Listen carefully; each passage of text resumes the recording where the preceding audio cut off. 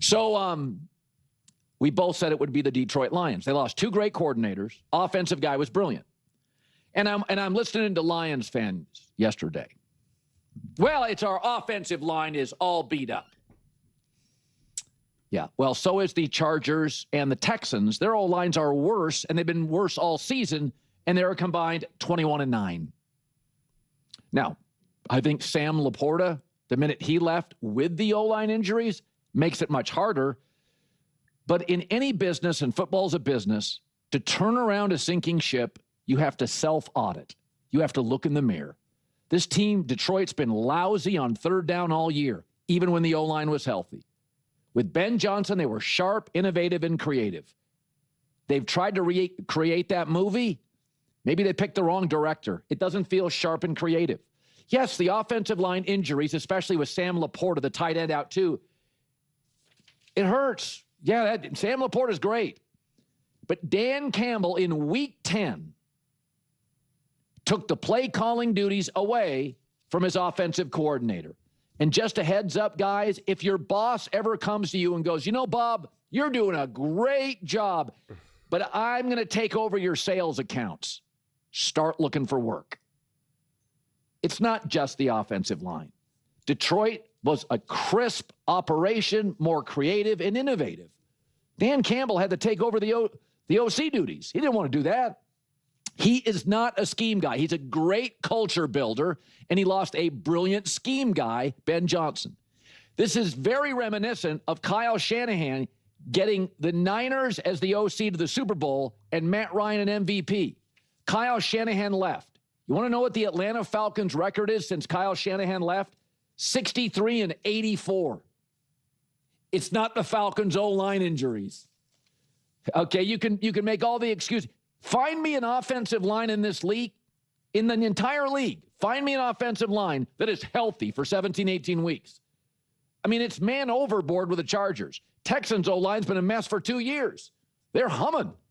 One's doing it with defense. One's doing it with coaching and quarterback play.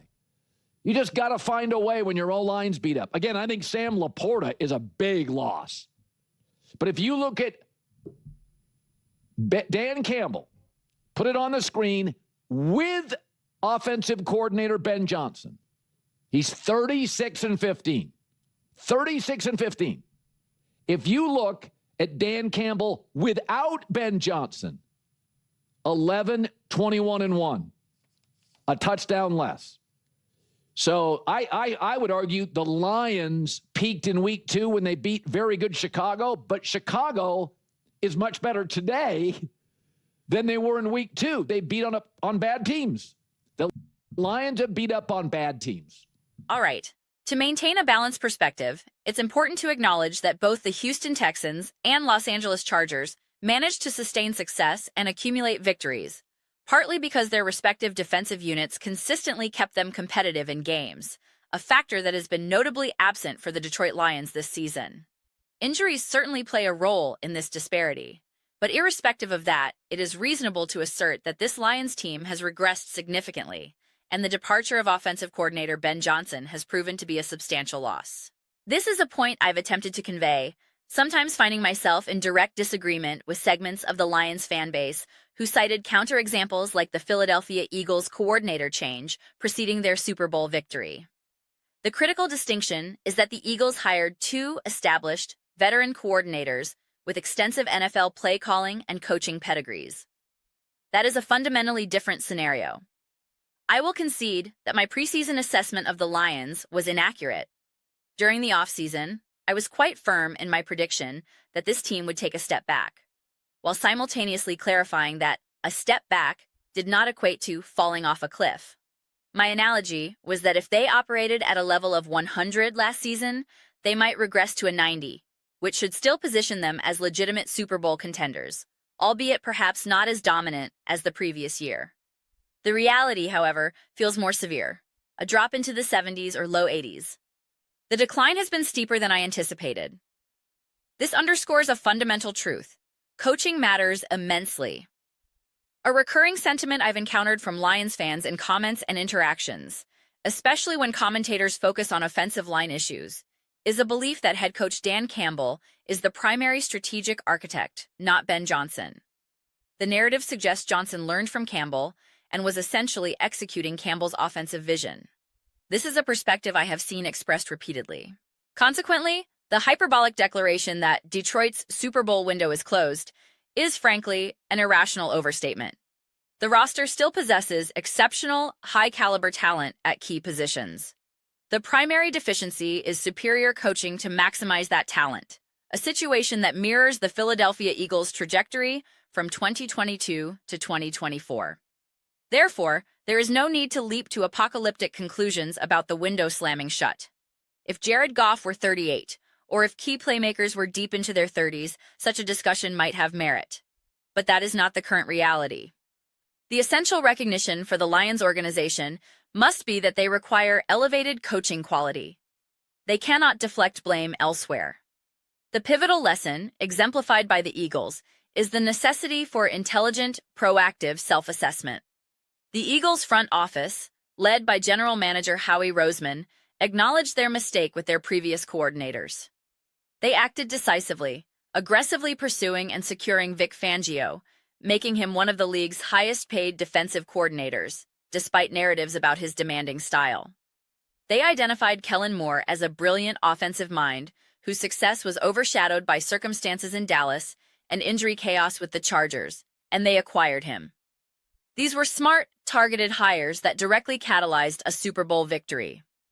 The contrast between the 2023 and 2024 Eagles is stark, a night-and-day transformation. This process still required complementary roster moves, signings, drafts, but the core lesson is about identification and rectification. In 2022, the Eagles' window was considered wide open. By the end of 2023, many declared it shut, advocating for sweeping changes. Instead, they made precise, strategic adjustments, hiring elite coordinators, adding Saquon Barkley, drafting Cooper DeJean and Mitchell, signing players like C.J. Gardner-Johnson. The result is a historic Super Bowl champion. This cyclical window discourse is consistently misleading. No one proclaimed the Eagles' window open entering 2024. In fact, many analysts labeled them the league's worst team in the latter half of 2023. That same team won the championship.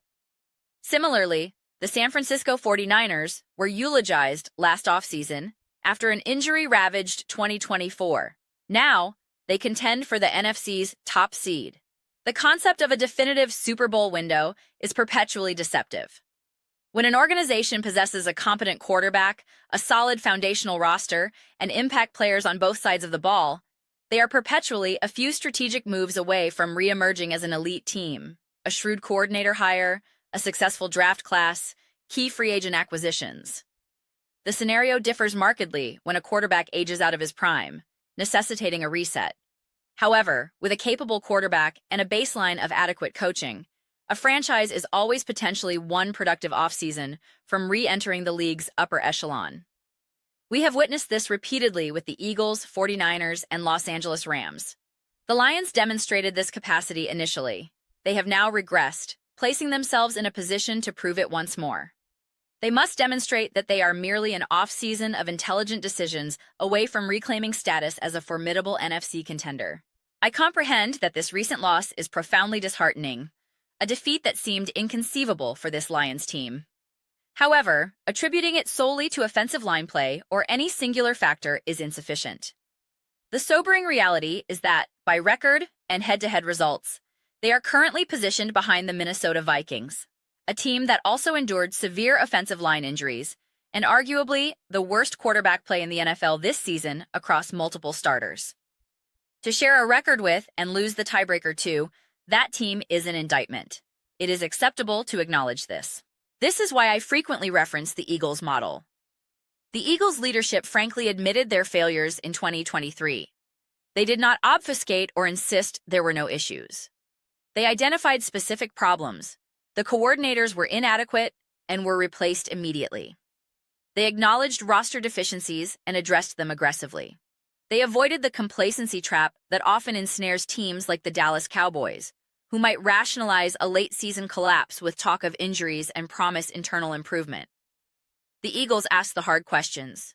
Why will we be better? what will actually change.